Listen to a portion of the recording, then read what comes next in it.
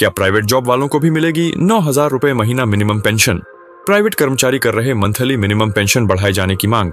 Private job वालों को भी क्या न्यूनतम 9,000 रुपए पेंशन मिलेगी? यह सवाल काफी तेजी से उठ रहा है। दरअसल केंद्र सरकार ने पिछले साल सरकारी कर्मचारियों के लिए यूनिफाइड पेंशन स्कीम यानी यूपीएस की घोषणा की।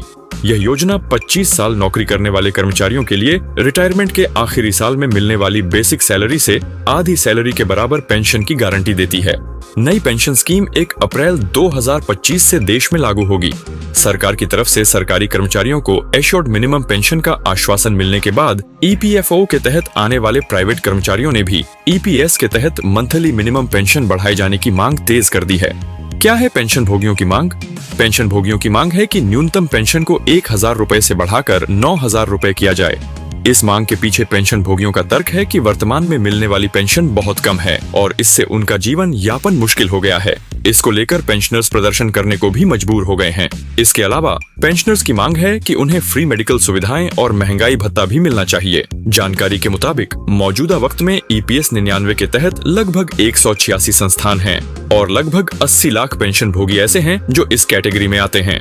पेंशन बढ़ोतरी पर चर्चा, लेकिन कोई ऐलान नहीं। हालांकि ईपीएस 99 राष्ट्रीय संघर्ष समिति के अध्यक्ष कमांडर अशोक राउत ने दावा किया कि बजट से पहले वित्त मंत्री निर्मला सीतारमण के साथ पेंशन बढ़ोतरी को लेकर चर्चा हुई थी, लेकिन बजट 2025-26 में इसको लेकर कोई घोषणा नहीं हुई, जिससे पेंशन भोगी खुश नहीं हैं।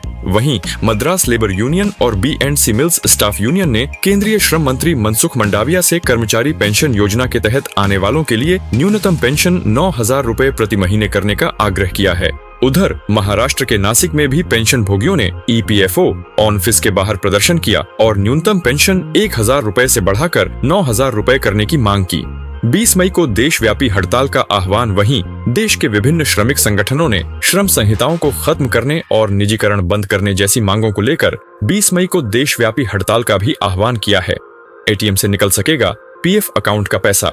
उधर कर्मचारी भविष्य निधि संगठन यानी ईपीएफओ जल्द ही नया सिस्टम ईपीएफओ 3.0 लाने जा रहा है।